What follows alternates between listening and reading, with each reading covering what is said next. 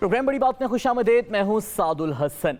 नाज़रीन, मौसम गर्मा की आमद के साथ साथ मुल्की सियासत का दर्जा हरारत भी रोज बरोज बढ़ता जा रहा है।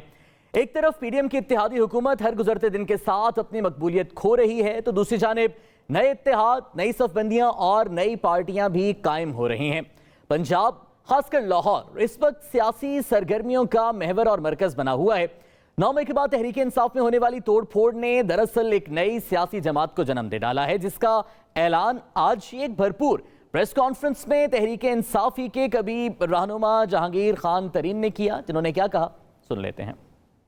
9 मई के वाक़यात ने पाकिस्तानी सियासत को तब्दील करके रखा, इसलिए आज यहाँ इकट्ठे हुए हैं। हम आज एक नई सियासी पार्टी इस्तेहकाम पाकिस्तान पार्टी की बुनियाद रखने हैं। हम मिलकर पाकिस्तान के मसाइल को दलदल से निकालने की संजीदा कोशिश करना चाहते हैं।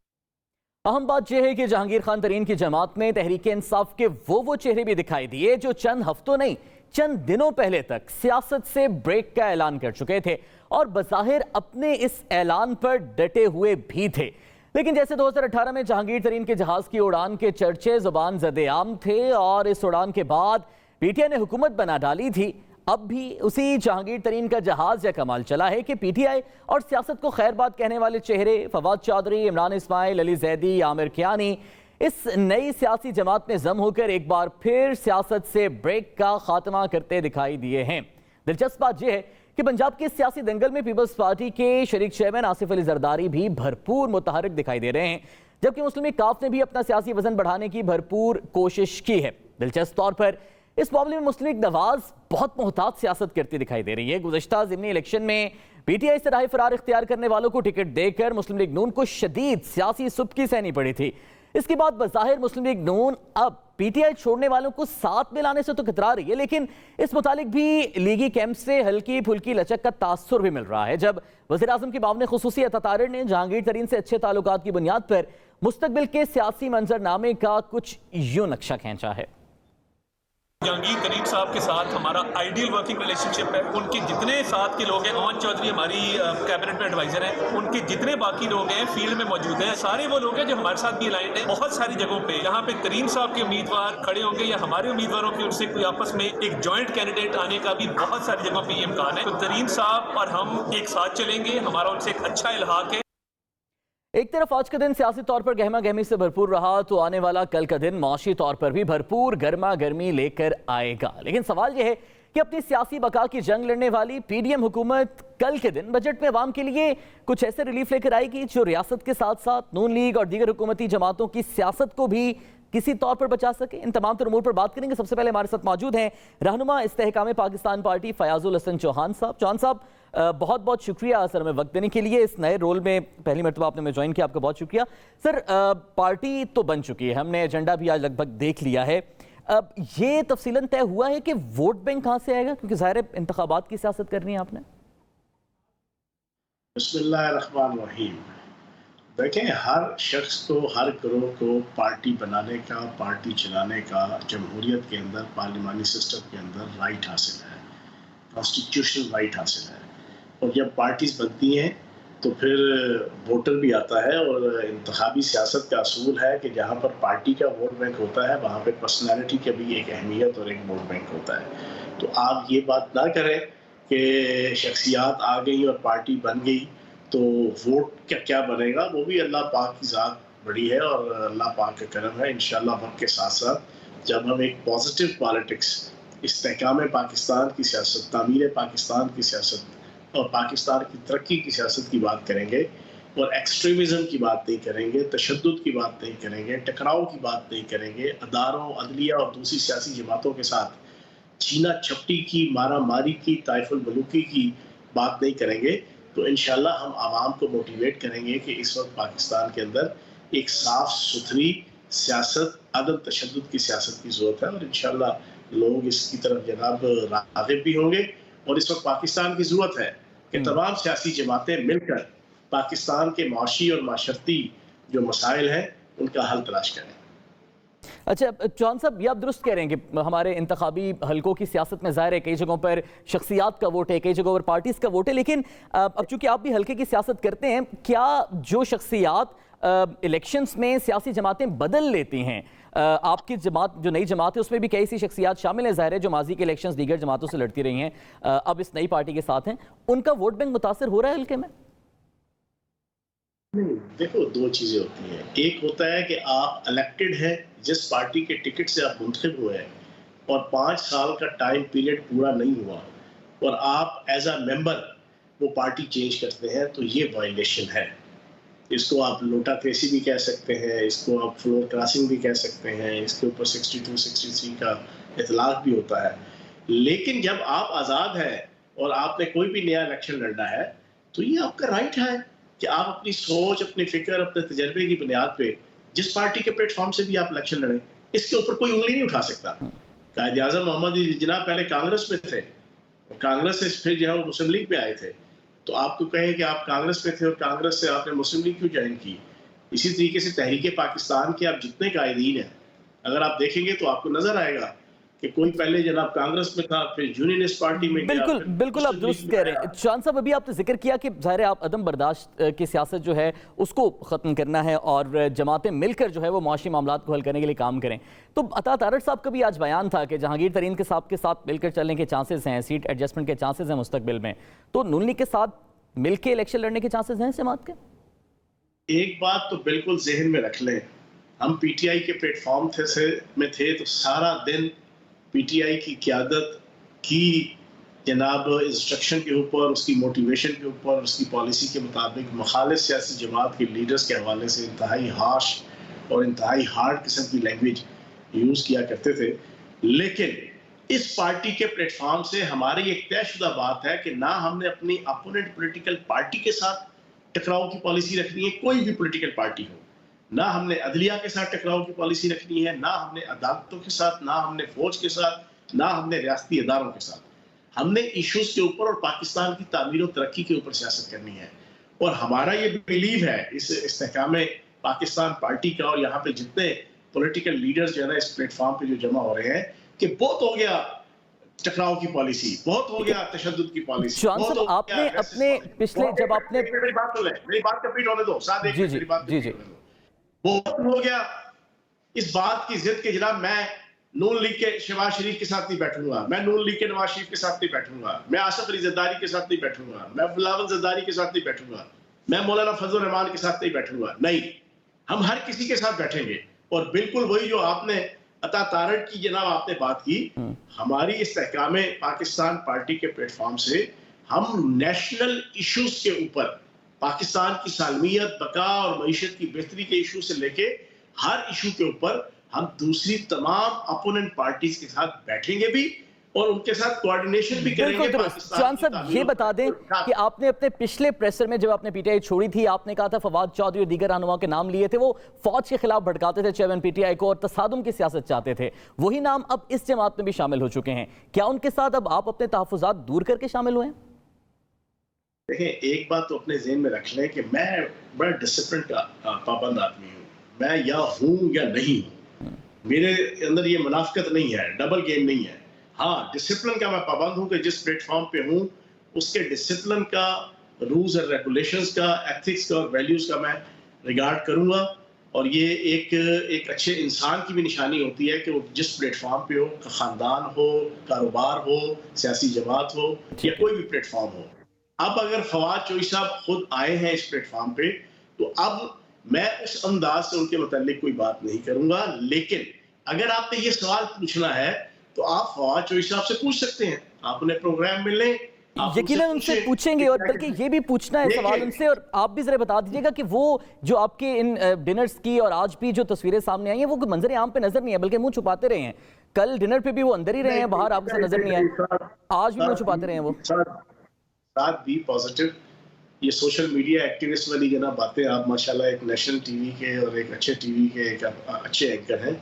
ये यूट्यूबर और जना ये सोशल मीडिया जो खराफात है, तजाली टूल बना हुआ है इस वक्त हमारी सोसाइटी में, उनकी तरह की बात ना करें। इंसान बैठा, मैं इस तरह बैठा हूँ, मेरी एक नेचर है कि मैं अगर किसी स्टेज पे या किसी महफिल पे बैठा हूँगा तो 98% या मैं ऐसे होऊंगा या मैंने ऐसे किया होगा या मैं ऐसे कर रहा हूँ या मैं ऐसे कर रहा हूँ।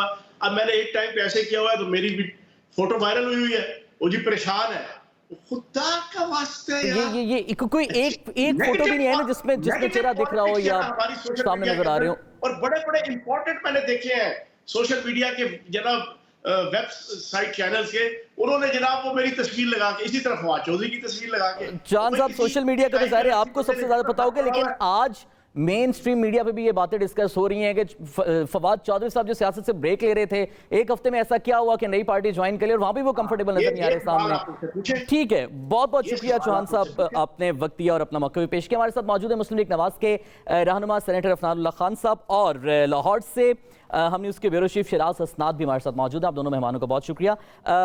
शिराज, आपसे ज़रा गुफ्तगू का आगाज़ करना चाहेंगे क्योंकि लाहौर में आज बड़ी सियासी गर्मा गर्मी रही है।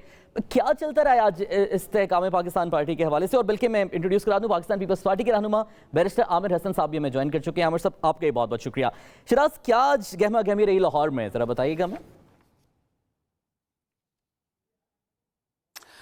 जी sir, thank you so much. बिल्कुल पिछले कुछ रोज़ से जहांगीर तरीन, आसिफ अली जरदारी मुसलसल इन्होंने लाहौर को अपना मस्कन बनाया हुआ है और बाकायदा तौर पे बहुत बड़ी तादाद में, ख़ास तौर पे जो सदरन पंजाब के इलेक्टेबल्स हैं उनकी बहुत बड़ी तादाद ना सिर्फ जहांगीर तरीन की इस्तेहकाम पाकिस्तान पार्टी बल्कि पाकिस्तान पीपल्स पार्टी को भी ज्वाइन कर रही है। और ख़ास तौर पे इनका जो फोकस है, क्योंकि दोनों जमातें जो इस वक्त हैं वो सदरन पंजाब के ऊपर ज़्यादा फोकस कर रही हैं। सेंट्रल पंजाब आम तौर पे मुस्लिम लीग नून का गढ़ समझा जाता है, तो यहाँ पे उस तरह से ना ही कोई इलेक्टेबल्स आ रहे हैं और ना ही कुछ छोड़ रहे हैं। और अगर जो यहाँ पे ग्रिप थी पाकिस्तान तहरीक इंसाफ की वो भी लूज़ होती नज़र आ रही है। तो इस्तेहकाम पाकिस्तान पार्टी के हवाले से एक बड़ा ब्रेक थ्रू आया है, जहाँ पे बड़े बड़े मेन लीडर्स ने गुज़िश्ता रात जहांगीर तरीन के एजाज़ में जो अलीम खान ने शाया दिया था उसमें शिरकत की और वो काफ़ी आई ओपनर था बहुत ज़्यादा उन लोगों के लिए जो PTI के मुख्तलिफ रहनुमा ख़ास तौर पर सिंध से और फवाद चौधरी सेंट्रल पंजाब से जो सियासत से अलहदगी का ऐलान कर चुके थे, उन्होंने इस्तेहकाम पाकिस्तान पार्टी में बाकायदा शमूलियत इख्तियार की। और उसके बाद आज उनकी जो प्रेस कॉन्फ्रेंस थी उसमें भी वो नज़र आए, तो एक बहुत बड़ी तादाद में जो एक्स इलेक्टेबल्स थे वो बाकायदा नज़र आए हैं। और जो मेजर एक चीज़ थी, मुराद रास जो फॉर्मर MP और मिनिस्टर थे जिनको PTI ने टिकट नहीं दिया था, जो उन्होंने टिकट होल्डर्स की लिस्ट जारी की थी उसमें टिकट नहीं दिया था, उन्होंने एक अलहदा अपना डेमोक्रेटिक ग्रुप बनाया था कर्नल हाशिम डोगर के साथ जो फॉर्मर MPA थे, और ये लोग भी अलहदा इलेक्टेबल्स इकट्ठे कर रहे थे। मगर मुराद रास के इस्तेहकाम पाकिस्तान पार्टी ज्वाइन करने के बाद हाशिम डोगर ने बाकायदा ट्वीट करके उस ग्रुप को ही ख़त्म कर दिया। सो जो डेमोक्रेटिक ग्रुप या अलाइंस उन्होंने बनाया था जिसमें वो PTI के साबिक और टिकट होल्डर्स MPs को अलहदा कर रहे थे, और वो बाकायदा तौर पर ये क्लेम कर रहे थे कि ना वो जहांगीर तरीन, ना पीपल्स पार्टी, ना PMLN, ना ही किसी और को ज्वाइन करेंगे, बल्कि वो एक लाइक माइंडेड ग्रुप होगा। और ये एक्सपेक्ट किया जा रहा था कि फवाद चौधरी और बाकी लोग भी आगे इनको नेशनल लेवल पे ज्वाइन करेंगे। वो बिल्कुल तितर बितर हो गए और आज उन्होंने बाकायदा तौर पे अपने इस अलायंस को ख़त्म करने का ऐलान करते हुए जितने भी 2-4 इलेक्टेबल्स उनके साथ ज्वाइन थे उनको ओपन अपॉर्चुनिटी दे दी है कि वो कहीं पर भी जा सकते हैं। तो एक मेजर अचीवमेंट तो बहरहाल पाकिस्तानी सियासत में नजर आई है जो जहांगीर तरीन ने ये डेफिनेटली बड़ी अचीवमेंट तो और बड़ी डेवलपमेंट, बल्कि इसको कहेंगे अचीवमेंट तो क्या कहें, इसको नजर आई है। अफनान साहब, ये जो डेवलपमेंट हुई है और ख़ास तौर पे जनूबी पंजाब से ज़्यादा जो शख्सियात ज़ाहिर है क्योंकि वहाँ पे ज़्यादा वोट शख्सियात का भी है, आप बेहतर समझते हैं हल्के की सियासत को, इस नई पार्टी में शामिल हो रहे हैं, नून लीग की सियासत को कितना नुकसान पहुंचाएगी ये नई जमात? क्योंकि बज़ाहिर तो ये लग रहा है कि तहरीक इंसाफ के जो लोग छोड़ के जा रहे हैं वो इस पार्टी में शामिल हो रहे हैं, लेकिन हल्के की सियासत में आपके क्या तहफ़्फ़ुज़ात होंगे इस जमात के आने से? जी बिस्मिल्लाह रहमान रहीम। देखें, पाकिस्तान मुस्लिम लीग नून जो है उसके जो इनरोड्स हैं साउथ पंजाब में वो बड़े स्ट्रॉन्ग हैं और जो है वो हमने बाय एंड लार्ज अगर आप पिछले कई इलेक्शन उठा के देख लें तो हमने वहाँ पे जो है वो हमारी परफॉर्मेंस बहुत अच्छी रही है। पिछले इलेक्शन के अंदर भी हमारी परफॉर्मेंस अच्छी थी, मगर अनफॉर्चुनेटली इस वक्त जो है वो पूरी कैंपेन करके हमारे लोग तोड़ लिए गए, वरना रिजल्ट पिछले इलेक्शन में भी हमारा बहुत अच्छा था। तो अभी जो है वो हमने अपना काफ़ी होमवर्क साउथ पंजाब में रिसेंटली भी किया है। मरीम नवाज साहिबा भी बहुत दफ़ा गई हैं, अभी दोबारा शुजाबाद भी जा रही हैं संडे को। तो हमारे पास तो हर कॉन्स्टिट्यूंसी में कैंडिडेट मौजूद हैं, बाज़ जगहों पे एक से ज़्यादा भी हैं, और हमें एज सच कोई इशू जो है वो नज़र नहीं आता जो है साउथ पंजाब में एज अ मेजर चैलेंज। और मैं ये समझता हूँ कि पाकिस्तान मुस्लिम लीग नून पंजाब की भी सबसे बड़ी पार्टी बन के उभरेगी, जो पहले 2018 में भी थी, और जो है वो साउथ पंजाब की भी सबसे बड़ी पार्टी हम ही होंगे। बैरिस्टर साहब, ज़ाहिर है आसिफ अली जरदारी साहब ने भी दौरे लाहौर में मुख्तलिफ रहनुमाओं से मुलाकातें की और ज़ाहिर जनूबी पंजाब के रहनुमा भी शामिल थे, PTI छोड़ने वाले लोग भी थे, उनमें से कुछ ऐसे हैं जो इस्तेहकाम पाकिस्तान पार्टी में भी शामिल हो चुके हैं। तो तहरीके जो पाकिस्तान पीपल्स पार्टी है उसको क्या लग रहा है, नई सियासी जमात से क्या पीपल्स पार्टी का वोट बैंक भी टूटेगा जनूबी पंजाब में?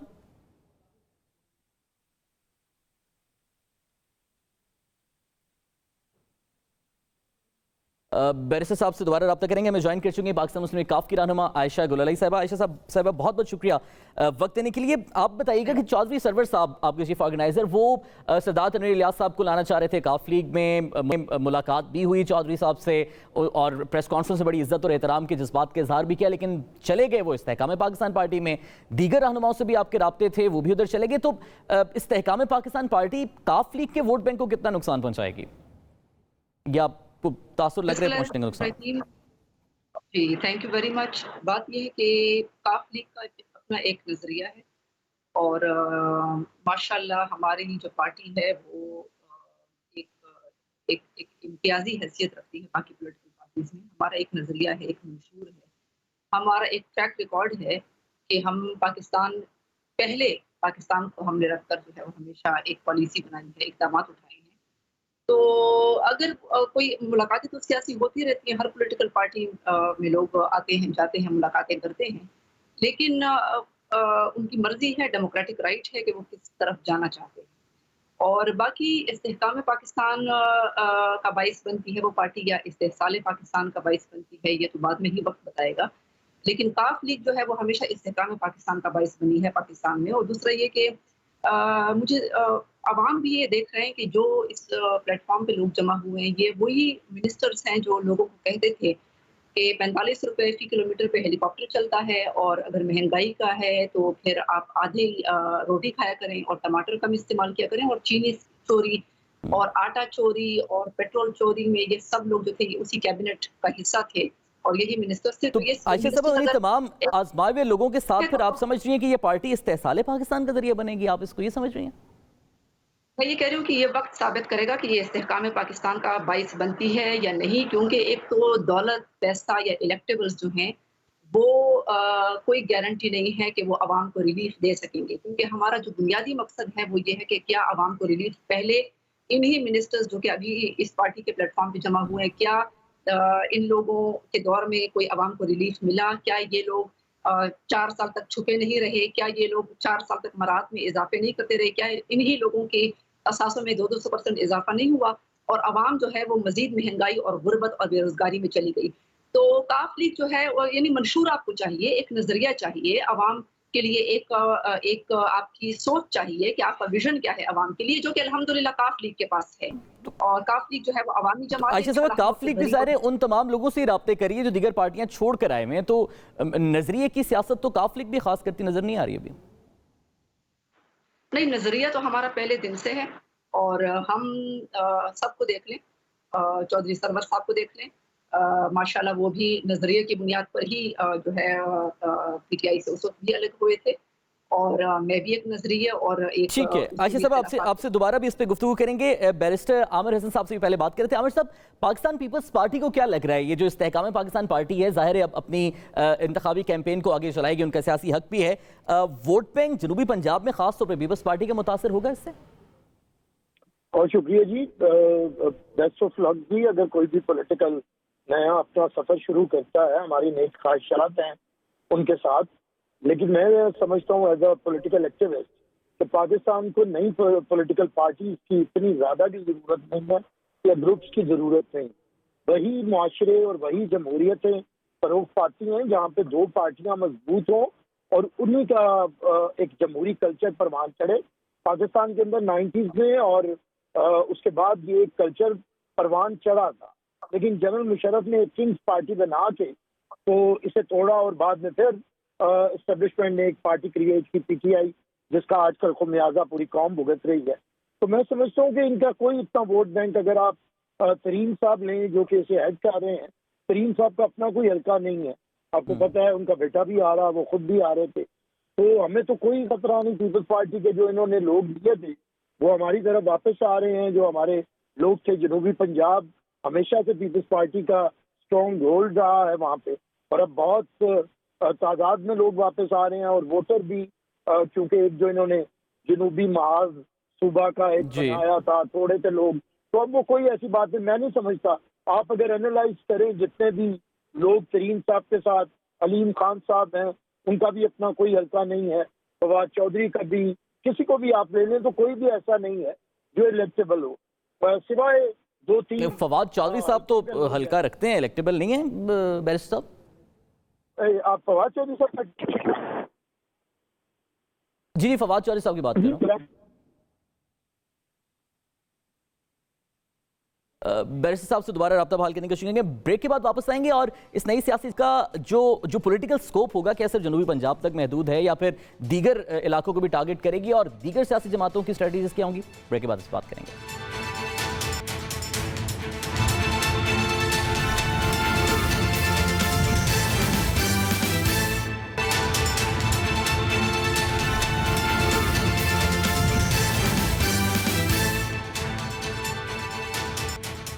Welcome back to the show नाज़रीन। शिराज अस्ताद, आज जो डेवलपमेंट लाहौर में हुई है इस्तेहकाम पाकिस्तान पार्टी के नाम से, आपको ज़ाहिर कवर भी किया है, राब्ते भी हुए इनके रहनुमाओं से भी, क्या लग रहा है ये जो सियासी जमात बनी है इसका ज़्यादा फोकस जनूबी पंजाब से एंट्री की है, दीगर इलाकों में सिर्फ नुमाइंदगी होगी इक्का दुक्का लीडर से, या फिर नेशनल लेवल पर पॉलिटिक्स करना चाह रहे हैं ये? साथ में थोड़ा सा आपको ज़रा बैकग्राउंड मैकेनिज्म समझा दूं कि जनूबी पंजाब महाज बना था जिसके तकरीबन कोई 30 के करीब इलेक्टेबल्स ने पीटीआई को ज्वाइन किया था, और ये वो इलेक्टेबल्स हैं जो कहीं पे भी पार्टी में हो ये अपनी एक इनफरादी हैसियत रखती है और इनका एक बहुत वोट बैंक है। तो लिहाजा वो सारे के सारे जो लोग हैं, मेजोरिटी उनकी वो इस वक्त इस्तेकाम पाकिस्तान पार्टी को ज्वाइन कर रही है। और जनूबी पंजाब से मखदूम अहमद महमूद जो पीपल्स पार्टी जनूबी पंजाब के प्रेसिडेंट हैं और जहांगीर तरीन के इंतहाई करीबी अजीज़ हैं, उनकी वजह से भी बहुत ज़्यादा लोग जो फॉर्मर इलेक्टेबल्स हैं वो पीपल्स पार्टी को ज्वाइन कर रहे हैं। तो ये तो नज़र आ रहा है कि जनूबी पंजाब बाकायदा तौर पर जो पीटीआई का वोट बैंक है वो तरीन ग्रुप और पीपल्स पार्टी में डिवाइड हो रहा है। अगर हम बात करें सेंट्रल पंजाब की, तो पीएमएलएन बिल्कुल किसी को नहीं छेड़ी और वो बिल्कुल आराम से अपने इलेक्टेबल्स के साथ बैठे हुए हैं, क्योंकि ये क्वाइट क्लियर है जिस तरह तारर साहब ने कहा कि वो और पर्टिकुलरली इस्तेकाम पाकिस्तान पार्टी आपस में सीट कोलैबोरेशन करेंगे। अब ये देखा जाएगा कि वो कहाँ पे करनी है, क्योंकि जब पीटीआई से वो 20 से 25 अरकान टूटे थे तो उन्हीं लोगों को दोबारा बाई इलेक्शंस में टिकट दिए गए थे तकरीबन, और पीएमएलएन के टिकट दिए गए थे जो उस वक्त पीटीआई से टूटे थे और वो डिस्क्वालीफाई हुए थे। तो लेकिन ये नून लीग को बैकफायर कर गया था, पार्टी और पीएमएलएन जॉइंट कोलैबोरेशन करेंगे। लेकिन C2 एग्जैक्टली मैं इसी, लेकिन वो सारा कुछ आप देखें कि वो सिनेरियो 9 मई से बहुत पहले का था। अगर हम सदर्न पंजाब की बात करें तो वहां का जो बाई इलेक्शन था नेशनल असेंबली का, वो मोहसिन लगारी जो पाकिस्तान तहरीक इंसाफ के उम्मीदवार थे एक मेजर लीड से जीते थे। तो पाकिस्तान तहरीक इंसाफ वो बाई इलेक्शन नेशनल असेंबली का जीती थी और मोहसिन लगारी साहब इस वक्त असेंबली में भी मौजूद है। सो अगर हम सेंट्रल पंजाब की बात करें तो पाकिस्तान मुस्लिम लीग काफ को एक बड़ी मेजर पार्टी का जा रहा था, मगर बदकिस्मती ये कहें आयशा गुलाल ने भी जिस तरह बात की वो नजर आ रहा है कि जिन इलेक्टेबल्स पे ये डिपेंड किए हुए थे और ये एक्सपेक्ट कर रहे थे कि बहुत ज्यादा लोग इनको ज्वाइन करेंगे, अनफॉर्चुनेटली बहुत बड़ी तादाद या बहुत ज्यादा लोग जो बड़े प्रोमिनेंट थे उन्होंने इनकी बजाय, और खासतौर पे तनवीर इलियास साहब जो पहले इनको मिले मगर वहां पे एक बदमजगी भी देखने में चौधरी सरवर के साथ उनके, और उसके बाद उन्होंने इस्तेकाम पाकिस्तान को ज्वाइन किया और वहां पे उन्हें एक लीडिंग रोल दिया गया, बल्कि जो मेन कॉन्स्टिट्यूशनल पार्टी उसका ग्रुप बनाया गया है जो उनके मंशूर को डिसाइन करेगा उसमें तनवीर इलियास भी शामिल है। तो ये एक मेजर सेटबैक काफली के साथ आ रहा है कि अनफॉर्चुनेटली जिसको एक किंग्स पार्टी कहा जा रहा था वो इलेक्टेबल्स गेन नहीं कर पा रही जो वो एक्सपेक्ट कर रहे थे, तो वो इनका एक सेटबैक है। और इसकी निस्बत पाकिस्तान पीपल्स पार्टी ज्यादा बेहतर परफॉर्म कर रही है कि वो सिर्फ सदर्न पंजाब पे फोकस कर रही है, क्योंकि नेशनल असेंबली में 60 के करीब सदर्न पंजाब की सीटें हैं जो पाकिस्तान की पॉलिटिक्स में और नेशनल असेंबली में कौन कौमी असेंबली में जाएगा और उसके नीचे पंजाब में कौन गवर्नमेंट फॉर्म करेगा वो बड़ा रोल प्ले कर रहे हैं। बिल्कुल, इस तरह से बैरिस्टर साहब से पॉइंट ले लीजिएगा। बैरिस्टर साहब, एक तो ब्रेक पे जाने से पहले आप अपना पॉइंट मुकम्मल कर रहे थे जो कॉल ड्रॉप होने की वजह से मुकम्मल नहीं हो सकता, वो मुकम्मल कीजिएगा। और ये भी बताइएगा कि जो इस वक्त सूरत हाल नजर आ रही है, जो पीटीआई से छोड़े हुए लोग हैं खासतौर पर जनूबी पंजाब से, वो डिवाइड हो रहे हैं इस्तेहकाम पाकिस्तान पार्टी और पाकिस्तान पीपल्स पार्टी में, क्या इंतखाबात में भी किसी किस्म की सीट एडजस्टमेंट का इम्कान है इन दोनों जमातों के दरमियान? जी देखिए, मेरा नहीं ख्याल कि एडजस्टमेंट से तो आप इनकार नहीं कर सकते हैं, लेकिन ये इलेक्शन के करीब देखा जाएगा। लेकिन मैंने जैसे आपको कहा, अगर आप खुद भी एनालिसिस करें तो किसी का भी कोई ऐसा अभी तक जनूबी पंजाब से इतना कोई स्ट्रॉन्ग कैंडिडेट नहीं है कि वो अपना हल्का रखता हो। तो ये जितने भी कैंडिडेट्स हैं इन्हें एक बड़ी पार्टी की सपोर्ट चाहिए होगी, क्योंकि आज ये पार्टी बनी है, इस्तेहकाम पाकिस्तान पार्टी, इसका भी ना कोई मंशूर है, ना कोई प्रोग्राम है, ना कोई वोटर है, और ना कोई करिश्मेटिक पर्सनैलिटी है, ना कोई लेगेसी है। तो इनका वोट बैंक तो मौजूद नहीं है। अभी तो सिर्फ नामों के ऊपर एक ग्रुप है जो खड़ा किया गया है। तो मैं समझता हूँ कि जब लोग इलेक्शन के करीब जाएंगे तो वो देखेंगे कि उन्हें कोई ऐसी पॉलिटिकल पार्टी की सपोर्ट चाहिए होगी जिसका कोई मैनिफेस्टो हो, जिसकी कोई लेगेसी हो, जिसका कोई वोट बैंक हो। तो इसलिए मैं समझता हूँ कि ये इस वक्त वो लोग जो पीटीआई को छोड़ के आए हैं, वो फौरी तौर पे उन्होंने एक पनाहगाह बनाई है। ये शेल्टर होम तो हो सकता है, लेकिन ये कोई मुस्तनद पॉलिटिकल पार्टी नहीं हो सकती, ना बन सकेगी, क्योंकि हमेशा पाकिस्तान के अंदर या कोई करिश्मेटिक लीडरशिप होती है या कोई करिश्मेटिक किस्म का प्रोग्राम होता है जो लोगों को अट्रैक्ट करता है। लेकिन बिल्कुल दुरुस्त। सेनेटर अफगान साहब, आज अता तारड़ साहब ने भी इशारा दिया है कि जहांगीर तरीन साहब के साथ ज़ाहिर अच्छे ताल्लुकात हैं और चांसेस हैं कि उनके साथ मिलकर भी इंतखाबात में सीट एडजस्टमेंट का कोई मामला हो सकता है। हमने ज़िमनी इंतखाबात में देखा है और आपकी पार्टी ने तस्लीम भी किया कि आपको नुकसान हुआ पीटीआई के छोड़े हुए लोगों को टिकट्स भी देने का या उनके साथ इलेक्शन लड़ने का। क्या दोबारा अपने वोटर्स को मायूस करने जा रहे हैं आप?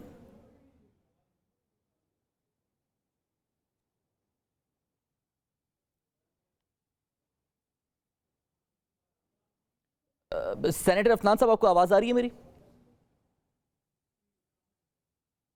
ठीक है। अच्छा आमिर साहब, आप ये बताइएगा कि इस वक्त ये तासुर किया जा रहा है इलेक्शंस के हवाले से, खास तौर पर आसिफ अली जरदारी साहब ने भी हाँ दिया कि इलेक्शंस तब होंगे जब वो चाहेंगे, और साथ साथ उन्होंने कहा कि ये 2 महीने में भी इलेक्शन नहीं करा सकते। मौलाना फजल रहमान साहब और मुस्लिम लीग नवाज की क़यादत ये बयान दे रही है कि इलेक्शंस की तारीख का जो ऐलान है वो मुत्तफ़िका तौर पर होगा। क्या ये इत्तेफाक से होगा या पीपल्स पार्टी बताएगी हुकूमती इत्तेहाद को कि इलेक्शंस कब कराने हैं, किस वक्त कराने हैं? देखिए जी, इलेक्शन का जो फैसला होगा वो इत्तेफाकी राय से होगा। जो प्रेसिडेंट जरदारी साहब ने बात की है इस बारे में, वो उन्होंने इसी तरह इशारा किया है कि अगर कोई शख्स ब्लैकमेल करके, धमकियां दे के या समझता है किसी इदारे के जरिए से वो इलेक्शन करवाएगा तो वो ना करवा सकता है और ना करवा सका है। पाकिस्तान के अंदर इलेक्शन इत्तेफाकी राय के साथ होंगे।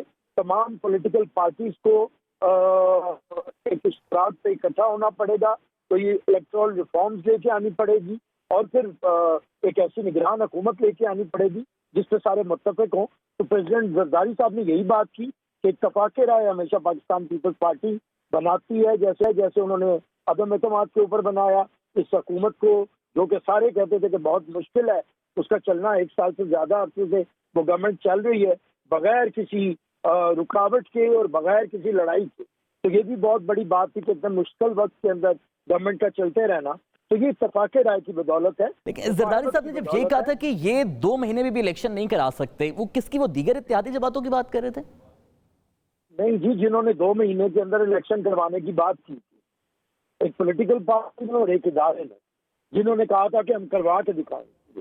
जरदारी साहब ने उन्हें कहा कि ये 2 महीने में नहीं करवा सकते।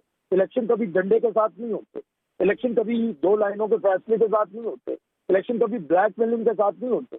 इलेक्शन होते हैं इत्तेफाक राय के साथ कि पूरी कौम का मुत्तफिका फैसला होगा तो इलेक्शन होगा। अगर कोई बंदा धमकियां दे के इलेक्शन करवाए या अगर कोई डंडे के जोर पे करवाना चाहे, हथौड़े के जोर पे करवाना चाहे, तो ऐसे इलेक्शन नहीं होते। ये पॉलिटिकल मामला है और ये पॉलिटिकली सॉल्व होगा। बिल्कुल दुरुस्त करें। पीपल्स पार्टी की तरफ से ये भी बार बार ये बात की जा रही है मिसाक मईशत की, कि माशी पॉलिसीज़ के हवाले से तमाम सियासी स्टेक होल्डर्स को ऑन बोर्ड बैठना है और ज़ाहिर तशद्दुद की सियासत नहीं करनी। क्या जो आइंदा का इंतखाबी लाहे अमल है उस पर ये जो अभी हुकूमती जमातें हैं, PDM है और पीपल्स पार्टी है, दीगर जमातें हैं, क्या यही सोच रही हैं कि आइंदा की इंतखाबी मैदान में भी एक साथ ही उतरेंगे, सीट एडजस्टमेंट्स भी होंगी, इलाकों में भी साथ साथ मिलकर इलेक्शन लड़ेंगे? देखिए, सारी बड़ी पॉलिटिकल पार्टीज हैं, ये कहना कि हर सीट पे एडजस्टमेंट हो जाएगी या कोई अलायंस बनेगा, मेरा नहीं ऐसा ख्याल है। अगर पीपल्स पार्टी भी एक हमेशा से हमारा और PMLN का मुकाबला रहा है, तो बहुत मुश्किल होगा कि हम सीट टू सीट एडजस्टमेंट कर सके। हो सकता है कुछ हल्कों में हो सकेगा, लेकिन मेरा नहीं ख्याल कि एडजस्टमेंट हो। मौलाना के साथ वैसे हमारी कभी सीट एडजस्टमेंट नहीं हुई है, तो मैं समझता हूँ अपने अपने तौर पर ही पॉलिटिकल पार्टीज इलेक्शन के अंदर उतरेंगी और सबका अपना अपना वोट है।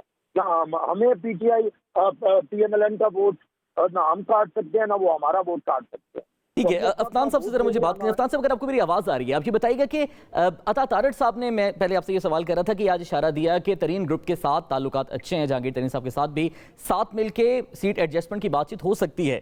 क्या मुस्लिम नवाज अपनी वही ज़िमनी इंतखाबात वाली गलती दोहराने जा रही है सीट एडजस्टमेंट करके?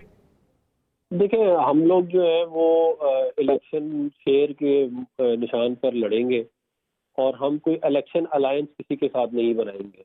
ये जरूर हो सकता है कि कहीं पे कोई सीट एडजस्टमेंट हो जाए ऊपर नीचे, लेकिन कोई इलेक्शन अलायंस नहीं होगा। हम अपना इलेक्शन खुद लड़ेंगे। इलेक्शन के बाद जो जीत के आएंगी पार्टी, फिर उसको देखा जाएगा कि किसके साथ क्या काम किया जा सकता है।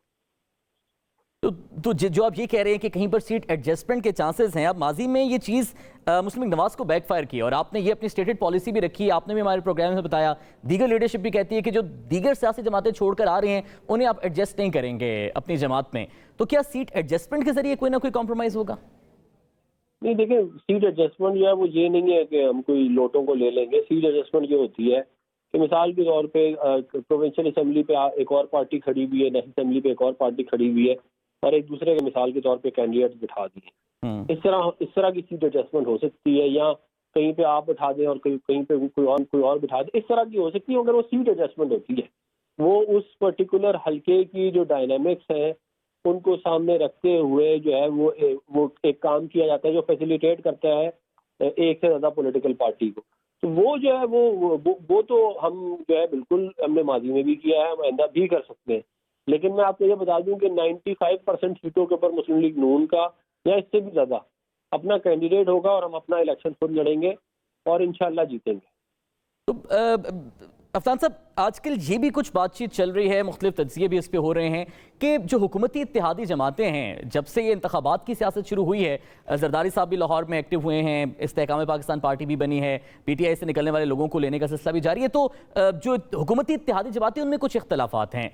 क्या ये बात दुरुस्त है कि जो जरदारी साहब इस वक्त जनूबी पंजाब से रहनुमाओं को टारगेट कर रहे हैं वो नून लीग का वोट बैंक भी मुतासिर कर रहे हैं? नहीं, देखिए, नून लीग का जो है ना वो वोट बैंक मुतासिर, पहले भी लोगों ने आपको याद होगा कहा था कि जी नून लीग का वोट बैंक मुतासिर हो गया है। पंजाब में 2 किस्म के वोट बैंक एग्जिस्ट करते हैं, एक PMLN का वोट बैंक है और एक एंटी PMLN का वोट बैंक है। तो हमारा वोट बैंक तो इंटैक्ट है, हमारा वोट बैंक इंटैक्ट था 2018 में और 2013 में, उससे पहले भी। ये तो जो एंटी PMLN वोट बैंक है वो डिवाइड होता है, वो कभी पीपल्स पार्टी की तरफ जाते हैं, कभी PTI की तरफ जाते हैं, अभी इस्तेहकाम पाकिस्तान की तरफ आ जाएंगे। और वो ज़ाहिर है वो ये होता है कि हर एक कॉन्स्टिट्यूंसी में एक से ज्यादा लोग तगड़े भी होते हैं जो लड़ते हैं इलेक्शन। तो ज़ाहिर है वो हम तो एक ही को अकोमोडेट कर सकते हैं ना, हम एक से ज्यादा को तो नहीं कर सकते। ठीक है, ये ज़ाहिर इलेक्शंस के नज़दीक और इलेक्शंस के दौरान ज़ाहिर सूरत मज़ीद वाज़ी होगी। आयशा गुलाली साहब, चौधरी सरवर साहब ने भी अभी हाल ही में बयान दिया कि मज़ीद सरप्राइजेस भी मुस्लिम लीग काफ देगी, कुछ नाम शायद ज्वाइन करेंगे। क्या सरप्राइजेस आने वाले हैं काफ लीग की तरफ से? बस ये हमारा जो सरप्राइज है या जो एक हमारा एक तरीकाकार है वो ये है कि क्लीन पॉलिटिशियंस होने चाहिए जिन पे कोई करप्शन के इल्ज़ाम ना हो। और हमारी पार्टी में आने की शर्त सिर्फ ये है कि अवाम के पैसों के ऊपर डाके ना डाले हों और अवाम जो बैड गवर्नेंस है उसमें मुलविस ना हो। क्लीन पॉलिटिशियंस हो, रेपुटेशन अच्छी हो, तो इंशाल्लाह उनको हम वेलकम करेंगे। सरदार तनवीर इलियास साहब को वेलकम करने की कोशिश कर रहे थे आप? जी, हम सब जो अच्छे लोग हैं उन सबको हम इनवाइट करेंगे और बाकी उनका डेमोक्रेटिक राइट है कि वो किस प्लेटफॉर्म को चुनते हैं। लेकिन हमारा एक विजन है और पूरी देखें सारी पॉलिटिकल पार्टीज ने जनूबी पंजाब के भी नारे लगाए कि साउथ पंजाब को हम सूबा बनाएंगे। हर पॉलिटिकल पार्टी ने नारा लगाया। आपने हम आवाम के सामने है सब कुछ, लेकिन जनूबी पंजाब जो है उसको किसी ने भी, यानी आज भी वहाँ पर इंसान और जानवर जो है वो एक जगह से पानी पीते हैं, वहाँ पर लोगों की जो है वो जानवरों से बदतर जिंदगी है, घोस्ट स्कूल्स है वहाँ पर। तो मेरे ख्याल से पंजाब का जो वोट है वो पंजाब के अवाम बहुत बाशऊर हैं और उनको हमेशा जो है उनको बुनियादी हकूक से महरूम रखा गया, सारी पॉलिटिकल पार्टीज ने महरूम रखा। तो मेरे ख्याल से अवाम जो है वो वोट उन्हीं को देगी जिन्होंने उनकी बुनियादी ज़रूरियात फराहम की, जो कि मेरे ख्याल से आज तक किसी पॉलिटिकल पार्टी ने, कि सिर्फ झूठ के दावे, जनूबी पंजाब के दावे। इस हिसाब से तो फिर आवाम को किसी को वोट नहीं देना चाहिए। बहरहाल इन तमाम मामलात और मजीद सियासी मामलात में से बात करेंगे इस ब्रेक के बाद।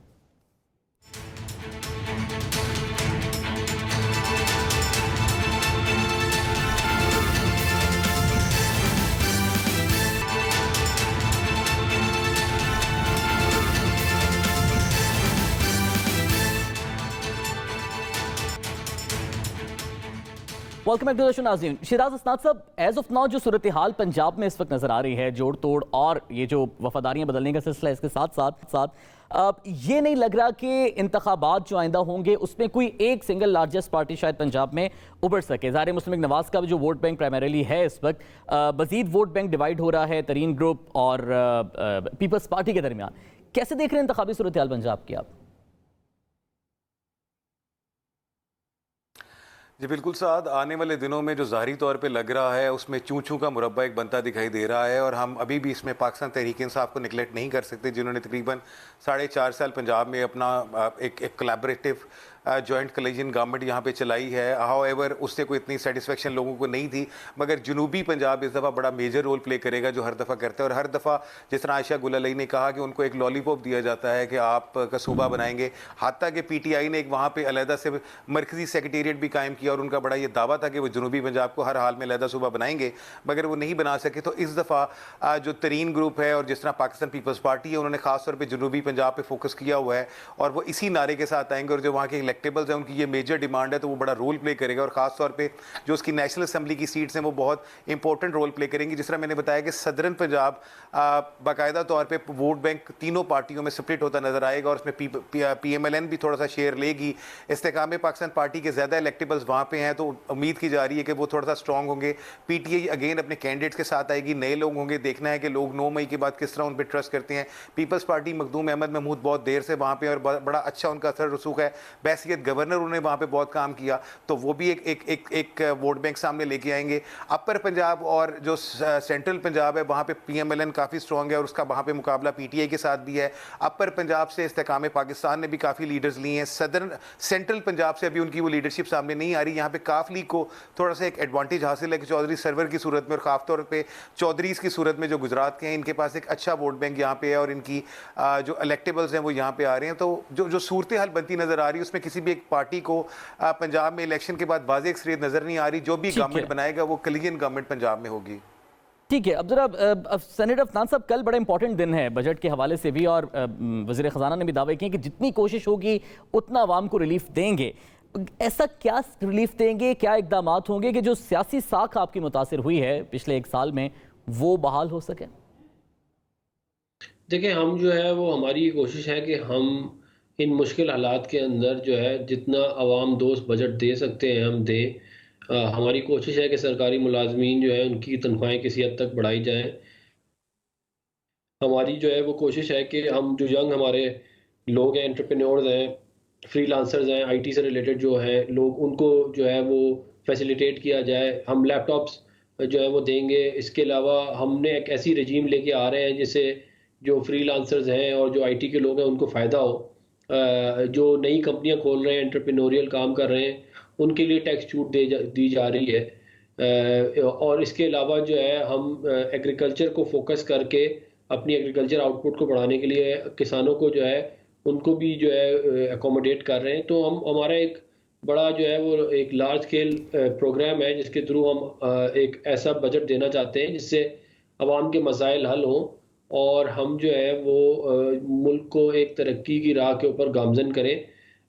ये वक्त ज़रूर मुश्किल है, लेकिन मुझे यकीन है कि प्राइम मिनिस्टर शहबाज शरीफ साहब, इसहाक डार साहब पूरी कोशिश कर रहे हैं कि जो कोई रिलीफ प्रोवाइड किया जा सकता है वो दिया जाए। आप ये बात ज़रूर ध्यान में रखिएगा कि जब मुस्लिम लीग नून का पिछले दौर का आखिरी साल था तो हम इन्फ्लेशन जो थी वो 4% के ऊपर थी। डॉलर 105 रुपए का था और मतलब इस तरह के माहौल में हमने जो है वो 5 साल पूरे गुजारे। और जो अफनान साहब, बस कि वो वाला टाइम गुजर गया। गुज़श्ता 1 साल में जो आप भी जो बता रहे हैं सारे हालात मुश्किल रहे हैं। इलेक्शंस जो हैं वो वोटर्स शॉर्ट टर्म मेमोरी की बेस पर ही सारे लड़े जाते हैं और वोट दिए जाते हैं। तो बैरिस्टर साहब, आप मुझे बताइएगा कि ये जो इक़दाम अभी अफनान साहब भी बता रहे हैं, ज़ाहिर है चूँकि हुकूमती मशीनरी में आप भी हिस्सा इनके, क्या ये इक़दाम जो पिछले 1 साल में मुश्किल वक्त देखा है और ज़ाहिर अभी भी महंगाई का सामना कर रहे हैं, सियासी तौर पर इंतखाबात में भी आपके लिए फ़ायदेमंद हो सकते हैं कल बजट के बाद? देखिए, जितने मुश्किल हालात देखे हैं लोग भी समझते हैं। अब हर एक वाकिफ है कि मुल्क माशी तौर पे क्या हालात थे, और खुद जो पुरानी हुकूमत थी वो अपने दौर में कह रही थी कि मुल्क डिफॉल्ट करेगा, तो मुश्किल सूरत हाल से निकाला है। और ये जिम्मेदारी ली है इस इत्तेहादी हुकूमत ने कि मुल्क को सही डगर के ऊपर लेके आना है। तो मुश्किलात सही हैं।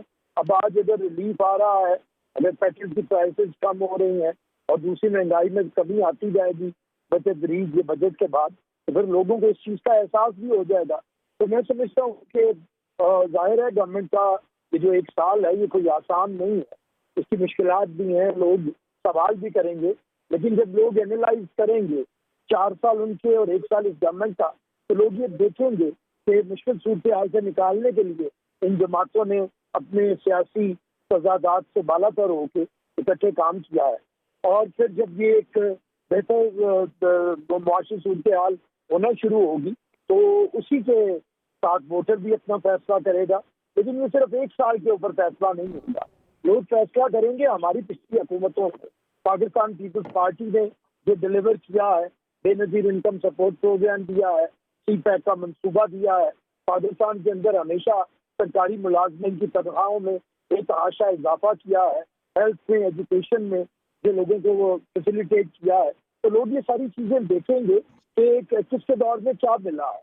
तो जब वो कंपैरिजन करेंगे तो फिर जिसके लिए जिस गवर्नमेंट ने किया है आवाम के लिए, आवाम उसी की तरफ आएंगी। ठीक है आयशा गुल साहब, क्या आप भी ये समझती है, जिस तरह से बैरिस्टर साहब और अफनान साहब भी बात करें, क्या आपका वोटर जो है वो ये कंपैरिजन करेगा कि 2002 वाले टाइम पे मुस्लिम लीग काफ ने क्या इकदाम किए, फिर जब तहरीक इंसाफ के साथ इत्तेहाद में आपकी हुकूमत थी तब मुआशी सूरत हाल क्या थी, अब मुआशी सूरत हाल क्या है, आपका वोटर ये समझेगा? 2002 में तो मेरे ख्याल से बहुत बेहतरीन हुकूमत थी और डॉलर जो था वो 60 रुपए पे था और महंगाई दूर दूर तक महंगाई नहीं थी, आवाम बहुत खुशहाल थी। तो उसका कंपैरिजन तो आप कर ही नहीं सकते उसके बाद जो हुकूमतें आई। और मेरे ख्याल से किसी भी हुकूमत के पास ना तो आज तक 75 साल हो गए हैं, 3 मरतबा इनकी हुकूमतें जो हैं वो मुख्तलिफ सियासी पार्टी की आई हैं, किसी ने 10 साल हुकूमत की है। पाकिस्तान की ना ज़मीनों के लिए मास्टर प्लानिंग है, अर्बन प्लानिंग है कि एग्रीकल्चर लैंड को हमने प्रिजर्व करना है, क्योंकि जब एग्रीकल्चरल लैंड पर जिस तरीके से हमारी हाउसिंग सोसाइटीज बन रही हैं, किसी को भी, ना चीफ जस्टिस साहब को इसका एहसास है, ना हमारी सियासी पार्टियों को इसका एहसास है। आपके पास खाने के लिए जो है वो उगाने के लिए ज़मीन नहीं होगी। और हमारे जो एक प्राइम मिनिस्टर थे वो 190 मिलियन पाउंड्स में जो है उस बदनाम जमाना लैंड माफिया से करोड़ों रुपए के डोनेशंस और जमीन 458 कनाल ले लेते हैं। तो जब आपके मुल्क में हुक्मरानों का ये हाल होगा तो आपके मुल्क की मैनेजमेंट नहीं है, ना इनके पास कोई इकोनॉमिक प्लान होता है, सिर्फ कर्जों लेने का प्लान होता है कि कर्जे कितने लिए जाएं और फिर वो कर्जे आपको नजर भी नहीं आते हैं आवाम के ऊपर खर्च किए हुए। अगर जो कर्जे इन्होंने लिए अगर ये आवाम के ऊपर खर्च होते तो आज पाकिस्तान की ह्यूमन डेवलपमेंट इंडेक्स जो है वो 161वें नंबर पे दुनिया में नहीं होती। तो पाकिस्तान के लोगों के पास आज बुनियादी ज़रूरियात जो है वो ज़िंदगी की नहीं है। तो इकोनॉमी को इम्प्रूव करने के लिए जो है हमें एक ऐसी पार्टी की ज़रूरत है जिसके पास एक विजन हो, जिसके पास आज पाकिस्तान की सारी बिल्डिंग्स को सोलर पे होना चाहिए था। हमारी सारी ट्रांसपोर्ट सिस्टम को, अब पेशावर में BRT के सिस्टम को देखें, उन्होंने PTI ने कहा ऐसी विजन वाली पार्टी कौन सी है आयशा साहबा? सॉरी, ऐसी विजन वाली पार्टी कौन सी है जो इकोनॉमिकली पाकिस्तान को बहुत आगे ले जाए? देखिए इंशाल्लाह मैं दूसरी पार्टियों के बारे में तो आवाम खुद फैसला करेंगे, लेकिन मुस्लिम लीग काफ के पास हमारे पास एक एनर्जी प्लान भी है, एक इकोनॉमिक प्लान भी है। हमारे पास इकोनॉमिक प्लान ये नहीं है कि कर्जे लें, कर्जे वाले मुल्क कभी भी खुद मुख्तारी हासिल नहीं कर सकते। हमारा मुल्क जो है वो न्यूक्लियर पावर है, लेकिन हमारा एक मुआशी तौर पर हमारा एक गुलाम मुल्क है। तो जब आप कर्जे लेंगे तो आपकी डोमेस्टिक इंडस्ट्री भी ग्रो नहीं करेगी, आप दूसरे मुल्कों से चीज़ों को एक्सपोर्ट करेंगे, फिर आपकी लोकल इंडस्ट्री ग्रो नहीं करेगी। ये आपके जो किसान हैं उनको आज तक जदीद मशीनरी नहीं है, उनको आज तक जो है वो प्रिजर्वेशन के फैसिलिटीज नहीं है। आपकी ठीक है, यानी आपके मुताबिक सिर्फ आपकी जमात है अभी जिसके पास इकोनॉमिक प्लान है। ज़ाहिर जरदारी साहब ये दावा करते हैं और डेफिनेटली मुस्लिम लीग नवाज का भी दावा है। बहुत बहुत शुक्रिया आयशा गुल साहबा, सेनेटर अफनानुल्लाह खान साहब, बैरिस्टर आमिर हसन साहब और शराज हसनात हमारे साथ मौजूद। नाज़रीन, प्रोग्राम बड़ी बात से मुझे इजाज़त दीजिए, आपसे दोबारा मुलाकात होगी अल्लाह के बाद।